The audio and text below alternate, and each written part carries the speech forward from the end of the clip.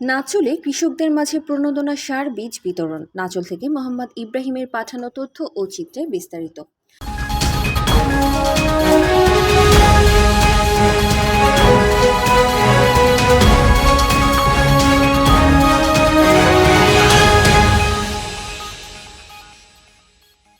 চাঁপাইনবাবগঞ্জের নাচলে কৃষকদের মাঝে বিনামূল্যে প্রণোদনা সার বীজ বিতরণ কার্যক্রমের উদ্বোধন করা হয়েছে। আজ বুধবার বেলা 11টায় উপজেলা কৃষি সম্প্রসারণ বিভাগের আয়োজনে উপজেলা পরিষদ চত্বরে প্রণোদনার সার বীজ বিতরণ করা হয়।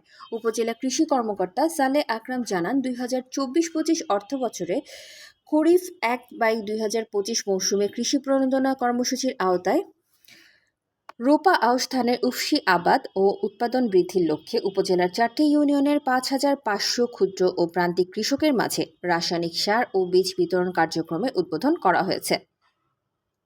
তিনি আরও জানান, প্রতি কৃষকের মাঝে 10 কেজি ডিএপি, 10 কেজি এমওপি সার ও 5 কেজি উচ্চ ফলনশীল রোপা আউশ ধানের বীজ বিতরণ কার্যক্রম চলমান রয়েছে।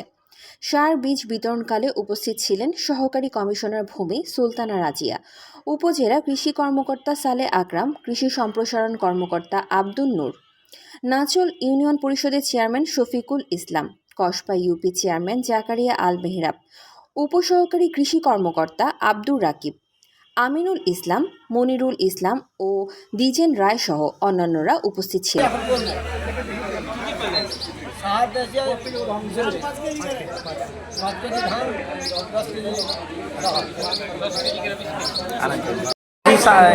আসসালামাইকুম, আমার নাম মোহাম্মদ সোহেল আলম।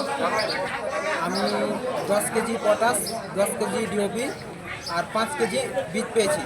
এটাতে আমরা আগ্রহ হচ্ছি, আর এটাতে আমরা আউশ আবাদটা ধান আবাদ করবো। এটাতে আমাদের অনেক উপকারী হবে।